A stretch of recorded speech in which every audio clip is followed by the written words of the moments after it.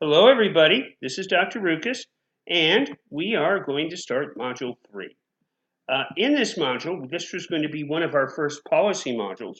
We're going to be looking at two things that are very closely related to serial homicide, but very rarely come up in discussions, and something I say that is completely wrong.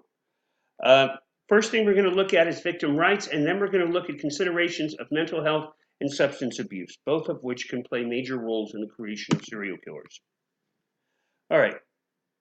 First of all, when we think about serial killers, most times all we do is we talk about the name of the serial killer, but very rarely do you ever hear us talk about the names of the victims.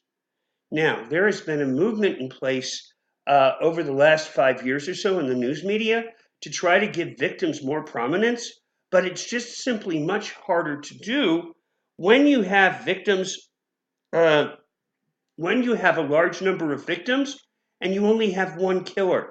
As a result, what tends to stay in our mind is not the names of the people that are killed, but instead the person who did it. As such, there's a criminological theory that says many times that what we're doing is we're glorifying the killers, and by glorifying serial killers, we are creating more of them. There's also a couple of other reasons why we tend to ignore victims. The first of which is that prosecutors are more concerned about getting a conviction, and many times getting a conviction will involve doing things that don't necessarily take into account. And important to this is the fact that in order for somebody to get life in prison or the death penalty, all they need to do is be convicted of killing one person. So many times what a prosecutor will do is they're going to try to get the conviction on the easiest one or two murders, all right? And then they don't worry about the rest. Many times the state will view trying additional killings as a waste of state money. In cases like this, victims tend to get very upset because they feel the loved one that they've lost is someone that's been ignored by the system. All right?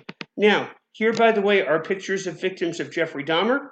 And while, again, we tend to focus on Jeffrey Dahmer, notice as well, by the way, even when we look at victims of Jeffrey Dahmer and we say we'll never forget, there's no names listed, just pictures. So I just point out to you that when we do this, we need to focus much more on giving victims their place, because victims are just that. They're victims. All right? Now, there have been steps that have been taken over the past few years to give victims a much greater role in the process. All right? People had been complaining about the lack of victims, about the lack of victim rights. And we started seeing incremental changes a lot, by the way, which will be detailed in your reading. All right? But the big change, which I will call actually a sea change, was the Victims' Crime Act of 1984. All right?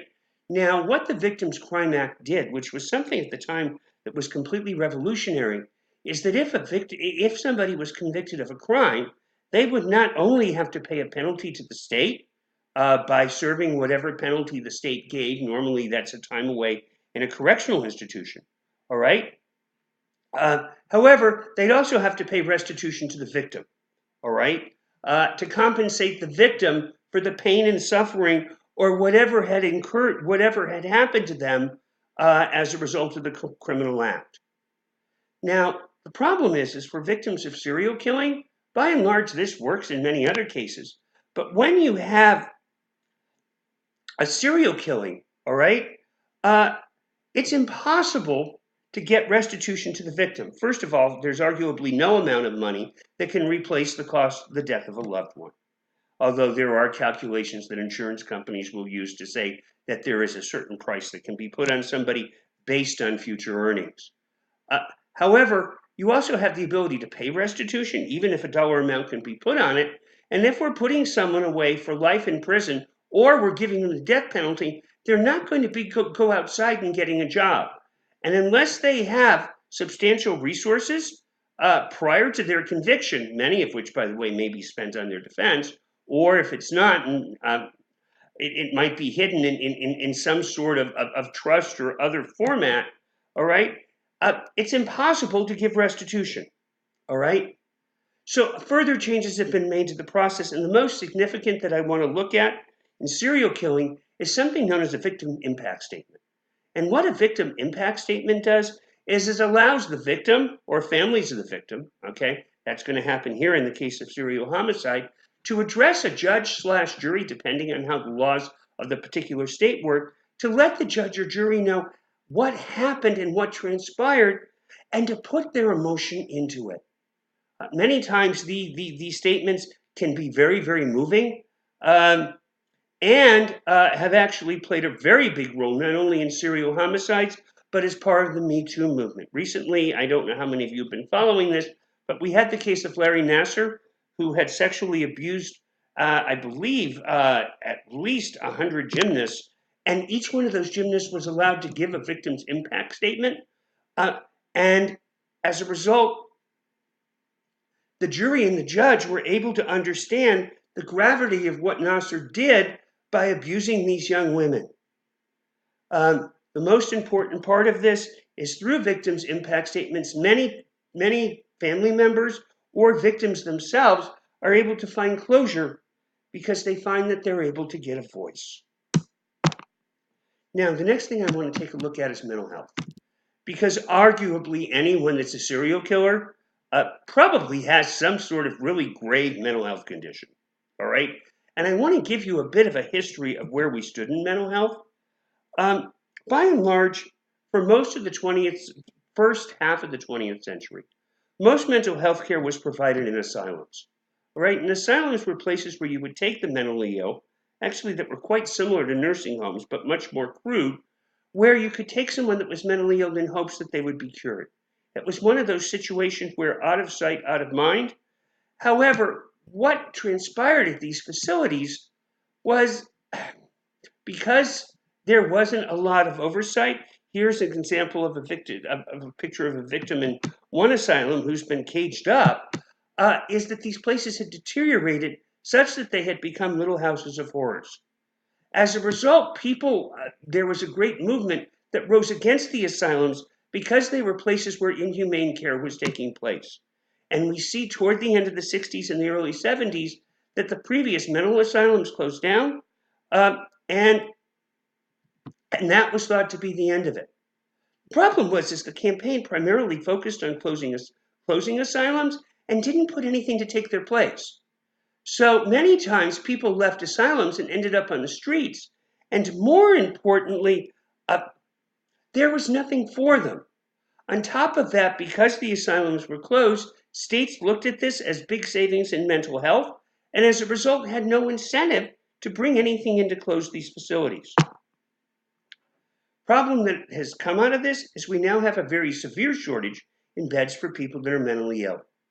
The best that we can do right now is if somebody thinks they're going to kill themselves or somebody else, is we can put them on a 72-hour hold.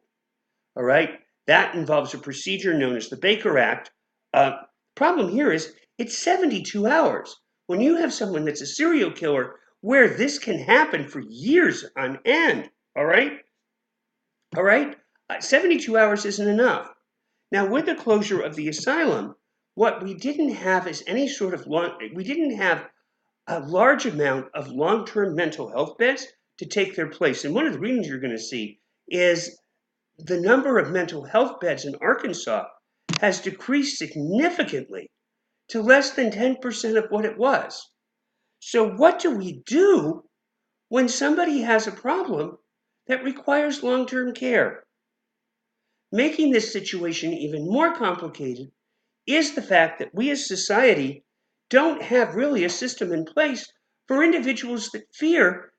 Two things, by the way, where a stronger mental health system would likely work is if an individual feels they might have proclivities to sexual abuse or abuse of younger, or having sexual fantasies of sex with younger individuals, or somebody that says, you know what, I'm afraid I could be a serial killer. Help me out. We as a society don't have anything proactive in place when a situation like that occurs. As a result, we have to be reactive. And by that time, the problem has grown to a point where it becomes very hard to fix. Something that I would urge you strongly to consider as you work on your plans this week. closely related to issues of mental health or substance abuse.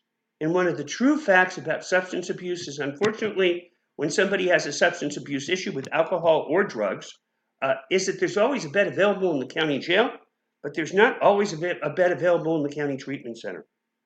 This creates a big problem, all right? There are even fewer beds available for people that lack health insurance and they have and have minimal resources, all right? In Northeast Arkansas, we currently only have approximately 50 beds available for treatment for people that are on Medicaid, all right? And that's for all of Northeast Arkansas. On top of that, the problem has become much worse because we're starting to see opiate/heroin abuse.